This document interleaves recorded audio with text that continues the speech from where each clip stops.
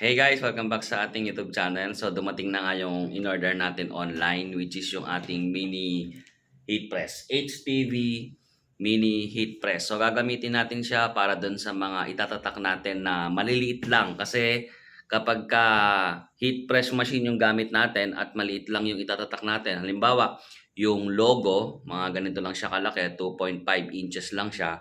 Tapos gagamitin natin sa t-shirt. Kung minsan, hindi siya masyadong naipe-press, especially kapag ang gamit natin is polo shirt. Ayan, kapag mga polo shirt, hindi siya ganong naitatatak ng maayos. Ngayon, kaya bumili tayo ng mini heat press na to para yung mga logo or yung mga maliliit na itatatak natin, mas madali natin siyang mape-press. Kasi nga, kapag heat press machine ang gamit natin, may time na hindi siya masyadong naipe-press.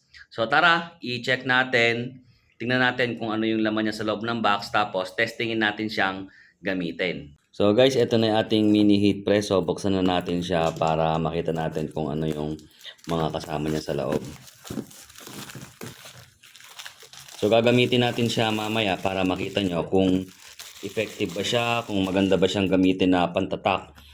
Kaya nag-decide akong bumili ng mini heat press na ganito kasi nga, yun nga, merong time na meron kaming tinatatakan.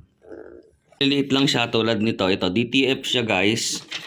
So, kung gagamitin natin to sa heat press machine, ang nangyayari kasi, tulad yan, yung mga maliliit na yon, ito, yung mga nasa side na yan, pag heat press gamit natin, hindi na siya ganong dumidikit.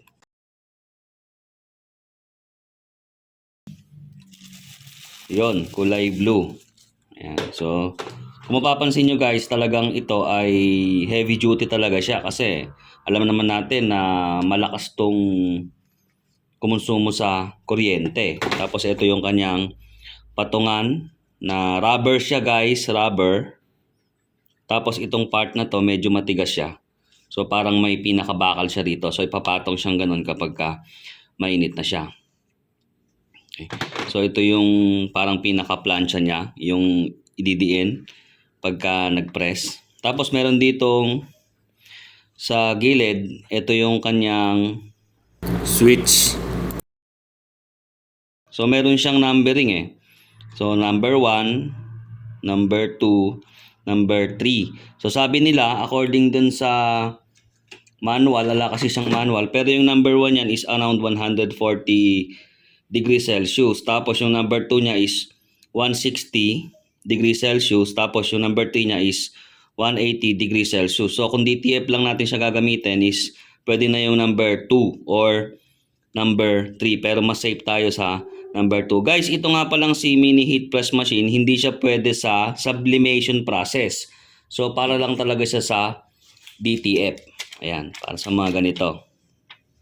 So check natin guys, tignan natin, subukan natin magtatak ngayon sa t-shirt para makita natin kung gaano ba ka-effective itong si mini heat press natin.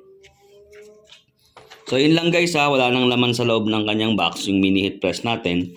Tapos yung kanyang patungan and the rest, wala na.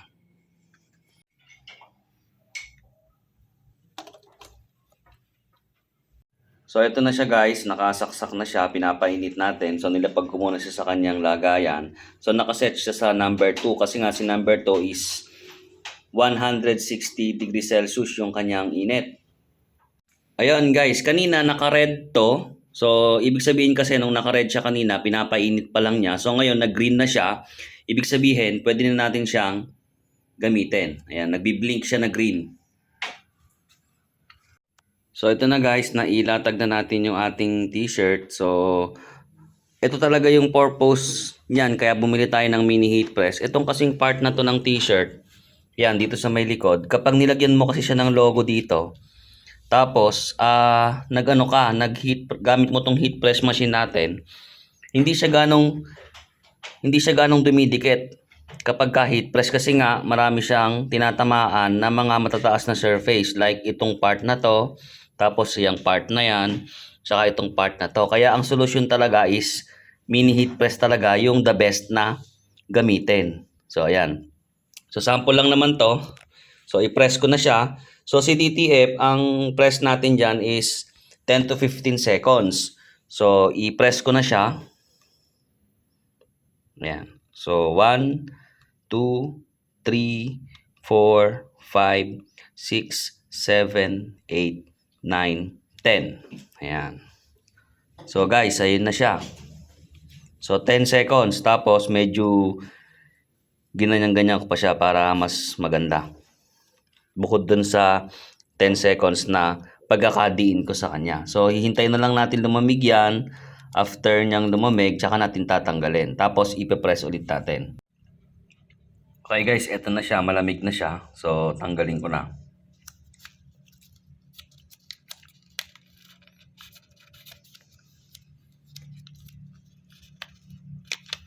So, yun guys. Natanggal na. So, napakaganda. So, pagtanggal ko pa lang nitong laminating film niya, okay na kaagad siya. Madikit na kaagad. Kaya, okay na okay itong mini heat press machine. Tapos, syempre, i-double press pa natin siya. Para mas kumapit.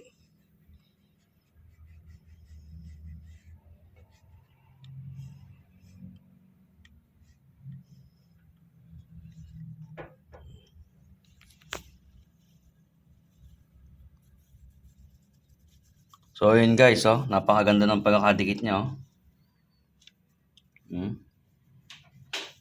Ganda.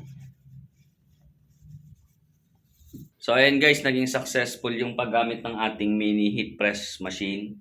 So, ito siya. Nabili natin siya sa presyong 1,000 pesos lang. Compare dito sa ating malaking heat press machine. Pero, kapag ka maliliit lang itatatak natin, so ito na lang yung gagamitin natin, yung ating mini heat press machine. Pero kapag ka yung mga malalaki, yung itatatak natin, talagang gamit pa rin talaga, the best pa rin talaga itong si heat press machine natin. Kasi iba pa rin talaga yung heat na kayang i-produce nitong heat press machine kumpara dito sa ating mini heat press lang. So, yun.